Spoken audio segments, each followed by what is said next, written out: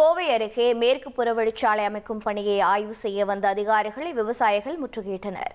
புதிதாக அமைக்கப்பட்டு வரும் கோவை மேற்கு புறவழிச்சாலை ஒட்டியுள்ள விவசாய தோட்டங்கள், வீடுகளுக்கு செல்லும் வழியை பாதிக்காதவாறு சர்வீஸ் ரோடு அமைத்து தர வேண்டும் என விவசாயிகள் மனு அளித்திருந்தனர். இதனை பார்வையிட வந்த அதிகாரிகளிடம் சாலை அமைக்க எடுக்கப்பட்ட இடங்களுக்கு இழப்பீட்டுத் தொகையை அதிகரித்து தர வேண்டும், தோட்டங்களுக்கு செல்லும் வழியை பாதிக்காதவாறு சர்வீஸ் ரோடு அமைக்க வேண்டும் என அதிகாரிகளிடம் வலியுறுத்தினர். மேலும் பல்வேறு கேள்விகளை எழுப்பிய விவசாயிகள் அதிகாரிகளை முற்றுகையிட்டதால் பரபரப்பு ஏற்பட்டது.